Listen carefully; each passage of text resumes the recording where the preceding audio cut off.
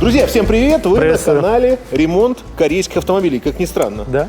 А значит, что мы продолжаем ремонтировать что? Hyundai. И Сегодня. Kia еще, и все, что Сегодня что имеет отношение к Корее, и немножко к Узбекистану даже. Ну, ладно, это такое. Ребят, вот сегодня очень характерный случай.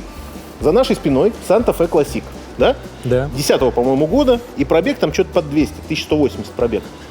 Владелец совершенно спокойно автомобиль эксплуатировал, гонял вот по нынешним сугробам и всему-всему-всему, и в итоге К нам приехал что? не Посмотреть жалоб, масло. ничего. Давайте посмотрим масло, сделаем ТОшку. Вот. И, собственно, залезли в переднюю подвеску, и вот, собственно, волосы на голове Алексея стали кепку поднимать, вот так вот сдвигать с затылка. Что такое я, да, Вот редко так. встречаю. Вот. А, как говорится, ничего не предвещало беды. Давайте разберемся, что не так в передней подвеске, и проведем необходимый ремонт. А поскольку оператора у нас сегодня нету, поэтому ролик будет вести для вас Расскажу, Алексей, покажу. а я буду по другую сторону камеры. Погнали!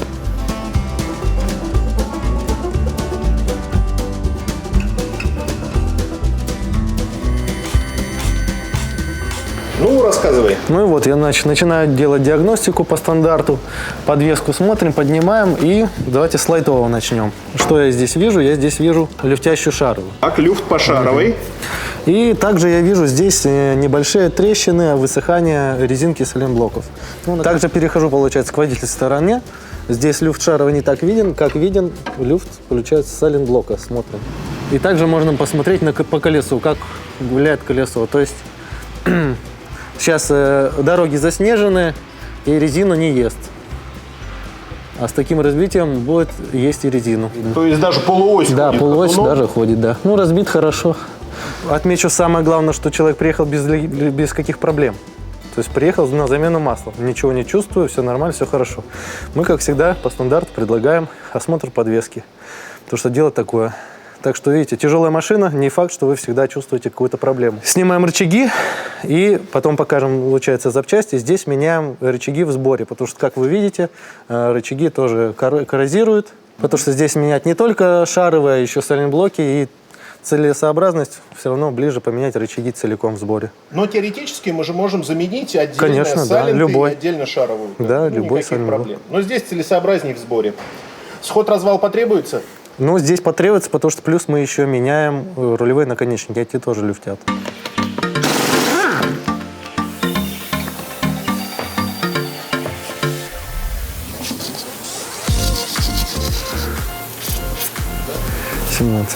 То есть я сейчас специально считал обороты, когда откручивал рулевой наконечник, чтобы потом новый закрутить ровно на столько же оборотов, чтобы машина спокойно, без всяких проблем доехала до схождения колес. Чтобы у нее там колеса, грубо говоря, можно закрутить на более большие обороты или на более меньшее количество оборотов, чтобы колеса смотрели более-менее ровно.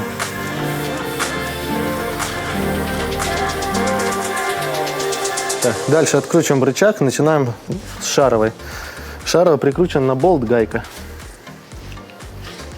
То есть выкрутили гайку, и потом, чтобы болт не выколачивать, его также аккуратно выкручиваем. Здесь, получается, у нас есть очень удобный инструмент. Пневмотрещотка. Она везде подлезает, ускоряет процесс откручивания болтов. Ну, чтобы пневмотрещотку не насиловать, то есть у нас есть срывная трещотка. Для начала все болты срываем. И потом пневмотрещоткой это все выкрутится. Это у нас крепление переднего сайлентблока, Да, да, рычага. бабочка так называемая. Да. Угу. И вот здесь А здесь просто инструментом откручиваем сразу.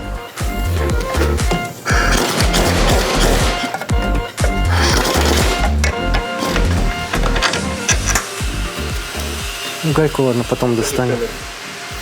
Ну, гайка там она упала. То есть сюда нестандартный болт, гайку поставили на 18. Потом, когда рычаг сниму, покажу, как все должно было быть.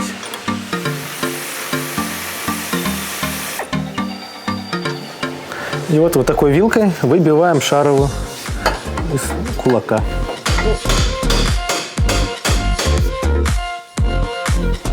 Ну вот, и потом до конца монтажкой просто выбиваем шаровую из кулака.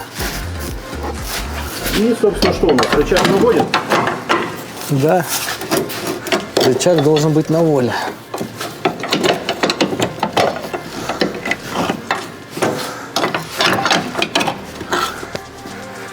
Так, Вот он у нас. первый пошел. Мы их потом выложим на стол и все осмотрим. Да, все внимательно. смотрим, хорошо, да.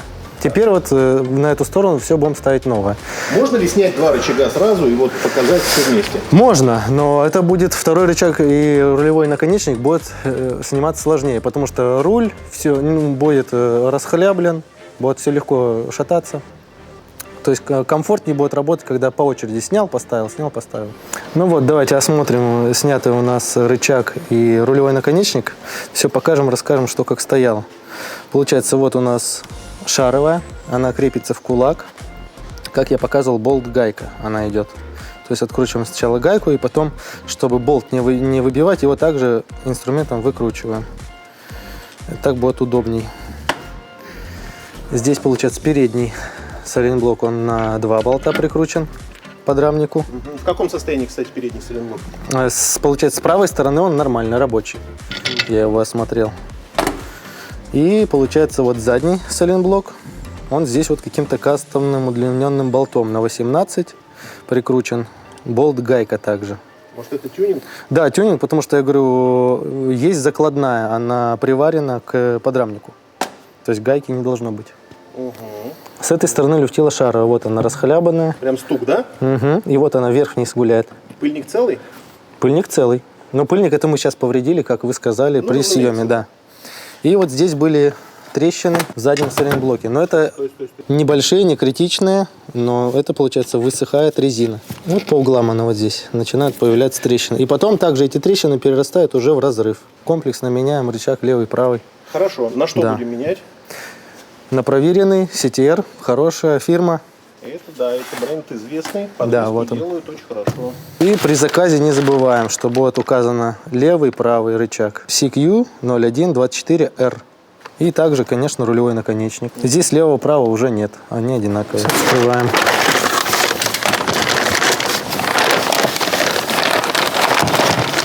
Ну, CTR всегда очень качественно делает, то есть приятно такие запчасти ставить.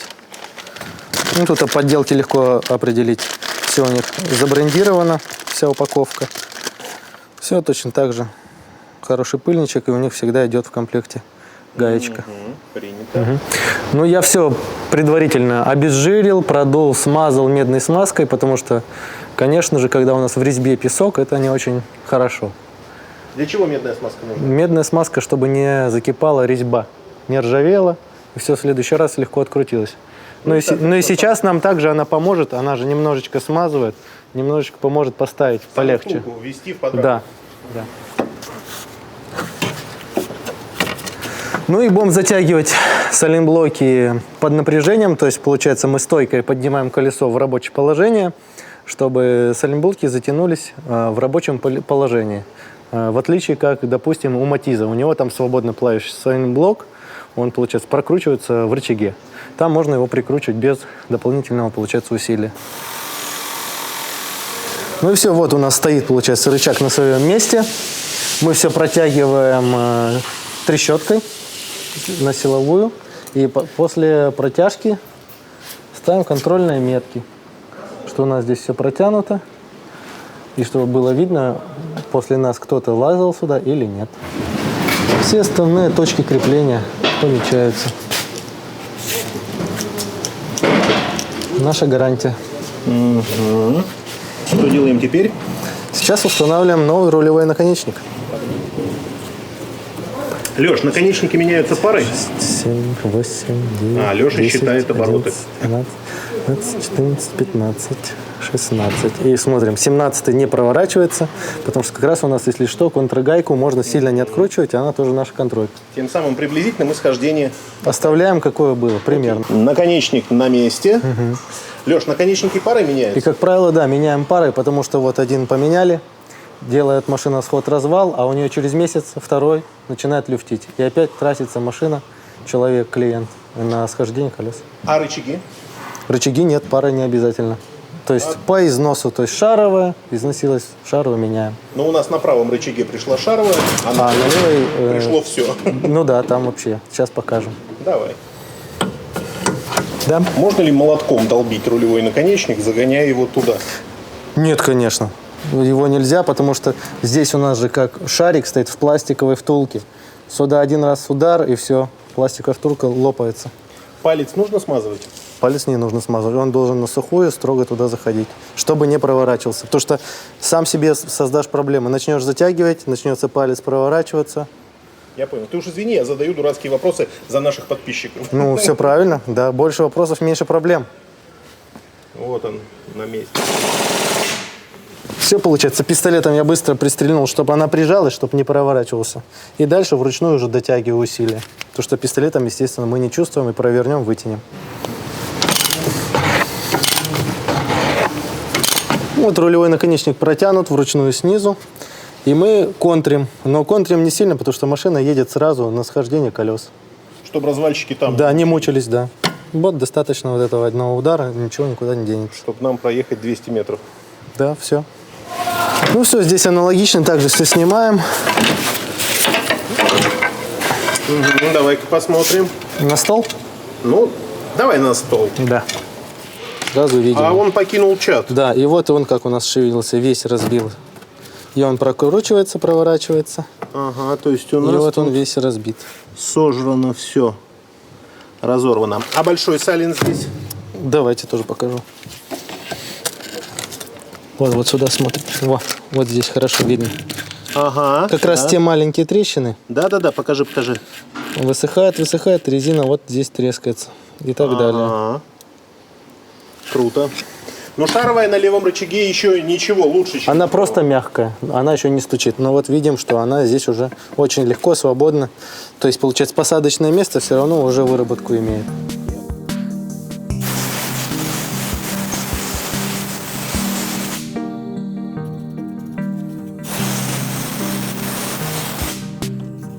Так, ну и смазываю все посадочные места, все резьбовые соединения медной смазкой.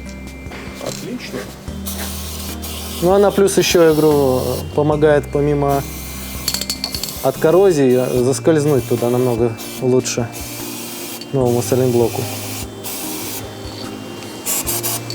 А пока Алексей разыскивает ножик, вот вам артикул левого рычага, ну, разумеется, CTR. Ну да, тут все сразу видно, LR. И плюс сейчас покажу на самом рычаге. Угу. Есть буковка L и R. Сделано в Корее. Отлично. Ну, еще вот здесь я тоже направляющие смазываю, чтобы болт внутри не прикис к втулке.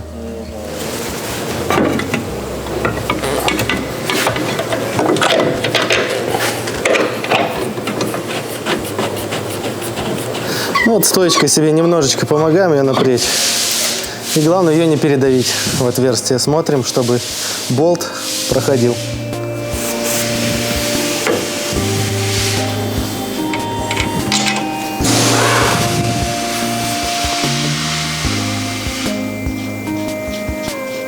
Ну что, обе стороны собрали? Ну все, да, все у нас стоит по обоим сторонам. И теперь мы можем проверить всю затяжку за собой. И не забываем, вот показываю здесь на шаровой, есть стопорный шплинт. Их тоже проставляем. Красота. На сход развал? На сход развал.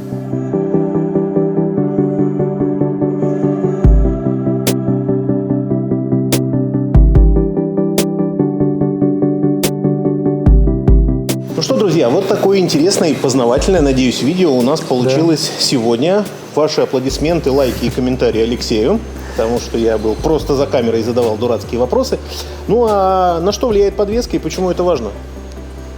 Пускай задают свои вопросы, самое главное. Но и сейчас мы, конечно, ответим.